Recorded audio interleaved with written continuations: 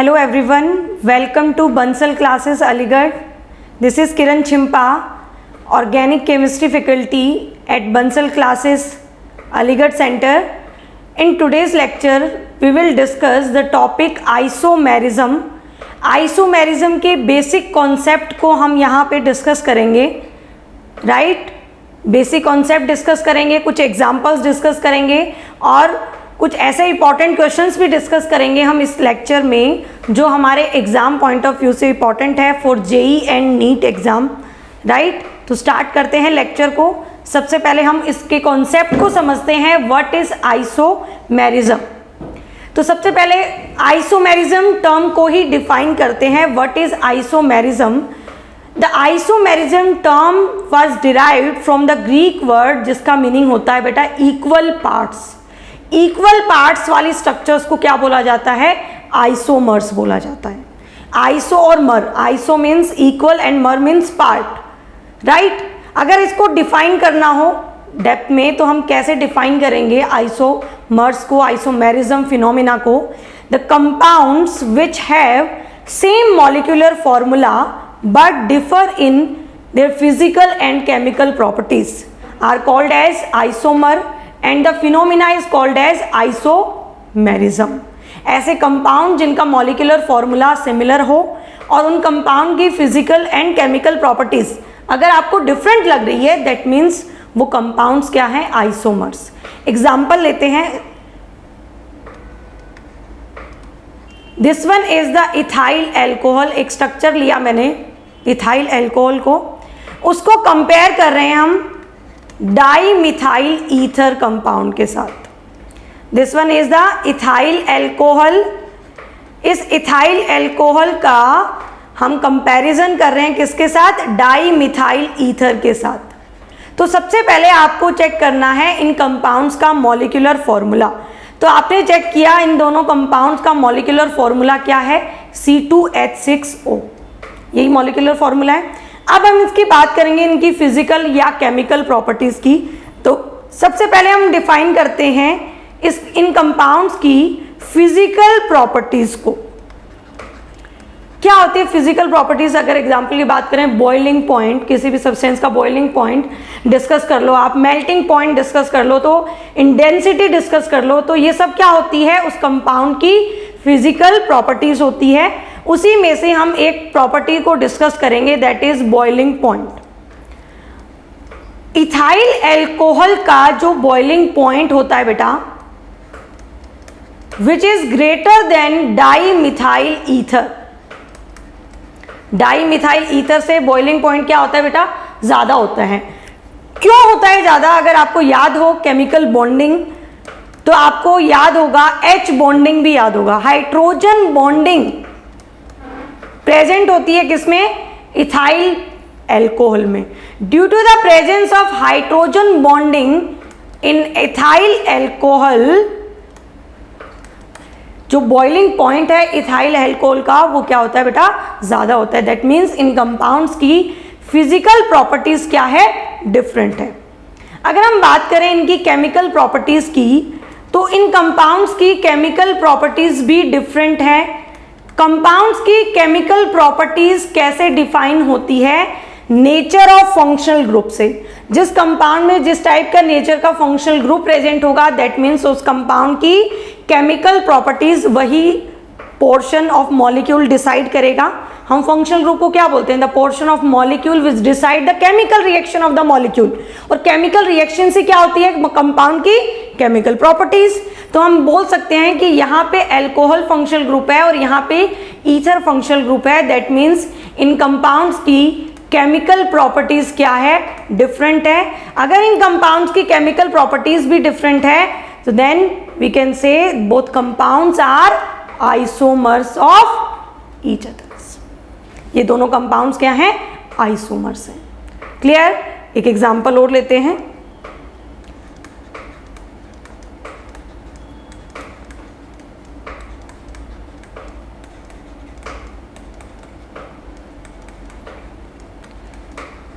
आपको गिवन है आइसोब्यूटेन और ब्यूटेन स्ट्रक्चर। इन दोनों कंपाउंड्स की अगर हम मॉलिक्यूलर फॉर्मूला या इसके आइसोमर होंगे नहीं होंगे, ये अगर हम चेक करें तो सबसे पहले हम फर्स्ट पॉइंट हमारा यही होता है, हम कंपाउंड का मॉलिक्यूलर फॉर्मूला चेक करते हैं, उसके बाद हम कंपाउंड की फिजिकल प्रॉपर्टीज चेक करते हैं। फिजिकल प्रॉपर्टीज को अगर हम चेक करें तो आपको पता है, आपने अगर आपको याद हो तो मैं आपको वापस से रिवाइज कराती हूँ। केमिकल बॉन्डिंग में जब ब्रांचिंग बढ़ती है तो मॉलिक्यूल का सरफेस एरिया क्या हो जाता है, कम, और सरफेस एरिया कम होने से क्या हो जाता है, वॉन्डरवॉल फोर्सेस क्या हो जाते हैं, कम हो जाते हैं। इसका मतलब वॉन्डरवॉल फोर्सेस जो होंगे वो हमारे बॉइलिंग पॉइंट को चेंज करेंगे। इसका मतलब यहाँ पे भी बॉइलिंग पॉइंट क्या होगा, डिफरेंट होगा। तो इन कंपाउंड्स की केमिकल प्रॉपर्टीज क्या, फिजिकल प्रॉपर्टीज क्या होगी, डिफरेंट होगी। देखो, कंपाउंड की फिजिकल या केमिकल प्रॉपर्टीज किसी में भी अगर आपको चेंज मिल रहा है, या हो सकता है जैसे अपने फर्स्ट एग्जांपल लिया जिसमें केमिकल प्रॉपर्टीज में भी चेंज मिल रहा था, फिजिकल प्रॉपर्टीज में भी चेंज मिल रहा था, तो वो कंपाउंड भी क्या थे, आइसोमर। बट अगर एक प्रॉपर्टी फिजिकल प्रॉपर्टीज में भी अगर आपको चेंज मिल गया, दैट मीन्स वो कंपाउंड्स अभी भी क्या होंगे, आइसोमर्स होंगे। क्लियर हुआ? दो कंपाउंड को हमें आइसोमर कैसे डिफाइन करना है। अब हम नेक्स्ट पॉइंट पे आते हैं। अब हम डिस्कस करेंगे इस आइसोमेरिज्म पार्ट का क्लासिफिकेशन। आइसोमेरिज्म को बेसिकली दो पार्ट में डिवाइड किया हुआ है, one is structural, second is stereo isomerism. Structural isomerism को फर्दर डिवाइड किया हुआ है 6 पार्ट में। Number 1 is chain isomerism, position isomerism, ring chain isomerism, functional isomerism, metamerism and tautomerism. Right, ये 6 पार्ट है स्ट्रक्चरल्स के।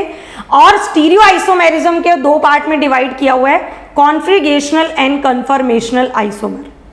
कॉन्फिगरेशनल के फर्दर पार्ट है ज्योमेट्रिकल एंड ऑप्टिकल आइसोमेरिज्म।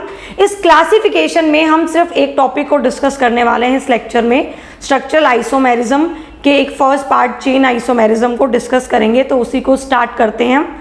तो सबसे पहले हम डिफाइन करते हैं व्हाट इज स्ट्रक्चरल आइसोमेरिज्म।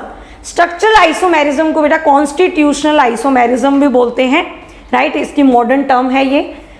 किस टाइप से आप डिफाइन करते हो दो कंपाउंड को, वो स्ट्रक्चरल आइसोमर है। Two or more compound having same molecular formula but different connectivity of atoms. अगर एटम्स की कनेक्टिविटी हुई डिफरेंट, वो कंपाउंड्स क्या हो जाएंगे, स्ट्रक्चरल आइसोमर हो जाएंगे। तो जो एग्जांपल मैंने स्टार्टिंग में लिया था, वहां पे भी कनेक्टिविटी ऑफ एटम्स में चेंजेस मिल रहा है, आप ऑब्जर्व करो वापस से। इथाइल एल्कोहल और डाइमिथाइल ईथर में एटम्स की कनेक्टिविटी में क्या आ रहा है, चेंज आ रहा है। मिथाइल CH2 के साथ कनेक्टेड है और CH2 ऑक्सीजन के साथ कनेक्टेड है, बट यहाँ पे मिथाइल की कनेक्टिविटी किसके साथ है, ऑक्सीजन के साथ है। दैट मीन्स ये दोनों कंपाउंड्स कौन से आइसोमर हो जाएंगे, these are structural isomer. Clear? अगर एक कंपाउंड हम और लेते हैं, उसको चेक करें। फॉर एग्जाम्पल ये मैंने कंपाउंड लिया, इस कंपाउंड को चेक करो मैं नेक्स्ट कंपाउंड से, तो यहाँ पे भी कनेक्टिविटी में अगर आपको चेंज लग रहा है तो आप स्ट्रक्चरल आइसोमर बोल सकते हो। सबसे पहले मॉलिक्यूलर फॉर्मूला चेक कर लो। तो आपने मॉलिक्यूलर फॉर्मूला चेक किया, there is C2H4 and O2, दोनों केसेस में यही है। मिथाइल कार्बोनाइल बॉन्ड के साथ C double bond O bond के साथ, कार्बोनाइल ग्रुप बोलते हैं, उसके साथ कनेक्टेड है। बट यहाँ पे हाइड्रोजन कनेक्टेड है किसके साथ, C double bond O bond के साथ। दैट मीन्स ये दोनों कंपाउंड भी क्या होंगे, स्ट्रक्चरल आइसोमर। तो बेसिक कॉन्सेप्ट हमें क्लियर हो गया, व्हाट इज स्ट्रक्चरल आइसोमेरिज्म। अब हम इसके फर्स्ट पार्ट को डिस्कस करेंगे।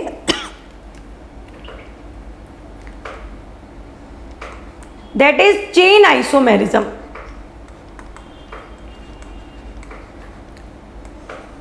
स्ट्रक्चरल आइसोमेरिज्म का फर्स्ट पार्ट था। चेन आइसोमेरिज्म को अगर हमें डिफाइन करना हो तो हम बोल सकते हैं the compounds having same molecular formula, या हम बोलते हैं two or more compound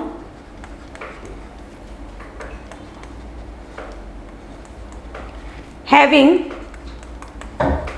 same molecular formula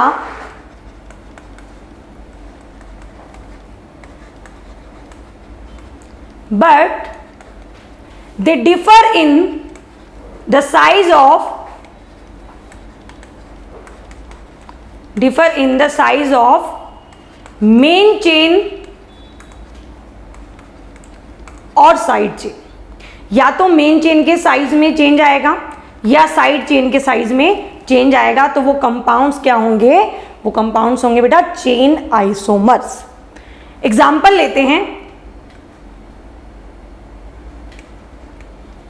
ये हमने लिया ब्यूटेन। ब्यूटेन स्ट्रक्चर को अगर हम आइसोब्यूटेन स्ट्रक्चर से कंपेयर करें, अगर हम ब्यूटेन स्ट्रक्चर को आइसोब्यूटेन स्ट्रक्चर से कंपेयर करें, तो यहां पे 4 कार्बन की मेन चेन बन रही है, बट इस केस में कितने कार्बन की मेन चेन बन रही है बेटा? 3 कार्बन की मेन चेन। दैट मीन्स यहां पे मेन चेन के साइज में चेंज आ रहा है। ये दोनों कंपाउंड्स क्या होंगे? Chain isomers. जब भी आप दो कंपाउंड को चेन आइसोमर्स डिसाइड करते हो, डिफाइन करते हो, तो कुछ कंडीशंस होती है, उनको सबसे पहले चेक करना बहुत जरूरी है। वो कंडीशन क्या है? जिन कंपाउंड्स को आप कंपेयर कर रहे हो उन दोनों में nature of functional group, nature of functional group must be same. दोनों कंपाउंड में फंक्शनल ग्रुप का नेचर क्या होना चाहिए? सिमिलर होना चाहिए। And nature of multiple bond, nature of multiple bond must be similar. Means यहां पे अगर एक स्ट्रक्चर आपको गिवन है, एक स्ट्रक्चर में आपको डबल बॉन्ड गिवन है, तो दूसरी स्ट्रक्चर जिसको आप कंपेयर कर रहे हो ना, वहां पे भी आपको क्या मिलना चाहिए? डबल बॉन्ड मिलना चाहिए, तभी आप कंपेयर कर पाओगे। अदरवाइज वो आइसोमेरिज्म जो है वो चेन आइसोमेरिज्म की कैटेगरी में नहीं आएगी। तो ये सबसे पहले चेक कर लेना आप। अब एग्जांपल लेते हैं। फॉर एग्जांपल ये हमें कंपाउंड गिवन है, इन दोनों कंपाउंड को हमें कंपेयर करना है, ये कौन से आइसोमर है। तो सबसे पहले आप मॉलिक्यूलर फॉर्मूला चेक करोगे। मॉलिक्यूलर फॉर्मूला चेक करने के बाद आप मेन चेन के साइज को चेक करोगे। ये आपने चेक किया, यहाँ पे 4 कार्बन की चेन बन रही थी, राइट। यहाँ पे कितने कार्बन की चेन बन रही है? 3 कार्बन की। क्या मॉलिक्यूलर फॉर्मूला सिमिलर है? 1 2 3 4 5 बिल्कुल सिमिलर है। तो ये दोनों कंपाउंड्स भी क्या होंगे? चेन आइसोमर होंगे। क्लियर है? अगर हम कंपैरिजन करें इस स्ट्रक्चर को नेक्स्ट स्ट्रक्चर में जो बना रही हूं उसके साथ, तो आप चेक करो, दोनों में डबल बॉन्ड है, तो दोनों में डबल बॉन्ड, मल्टीपल बॉन्ड का नेचर सेम है। अब आपको मेन चेन के साइज में चेक करना है। ये आपने चेक किया, यहाँ पे 4 कार्बन बन रहे थे, यहाँ पे चेक किया 3 कार्बन की मेन चेन बन रही है।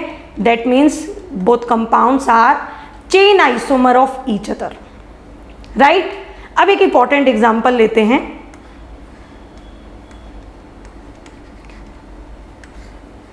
अगर मैंने कोई चेन के साथ कार्बन कंटेनिंग फंक्शनल ग्रुप को ऐड कर दिया, तो बेटा ये कंपाउंड्स भी चेन आइसोमर्स होंगे। कभी भी गलती से इनको पोजीशन आइसोमर मत बोल देना कि यहाँ पे साइनाइड ग्रुप की पोजीशन चेंज हो रही है। यहाँ पे क्या होता है, मेन चेन जो बनती है, यहाँ पे 3 कार्बन की मेन चेन बन रही है, बट यहाँ पे main chain carbon containing functional group होने की वजह से कितनी कार्बन की हो जाएगी बेटा? 4 कार्बन की। तो ये कंपाउंड्स भी चेन आइसोमर्स हो जाएंगे। तो ये था इंपॉर्टेंट एग्जाम्पल, राइट। एक और एग्जाम्पल लेते हैं।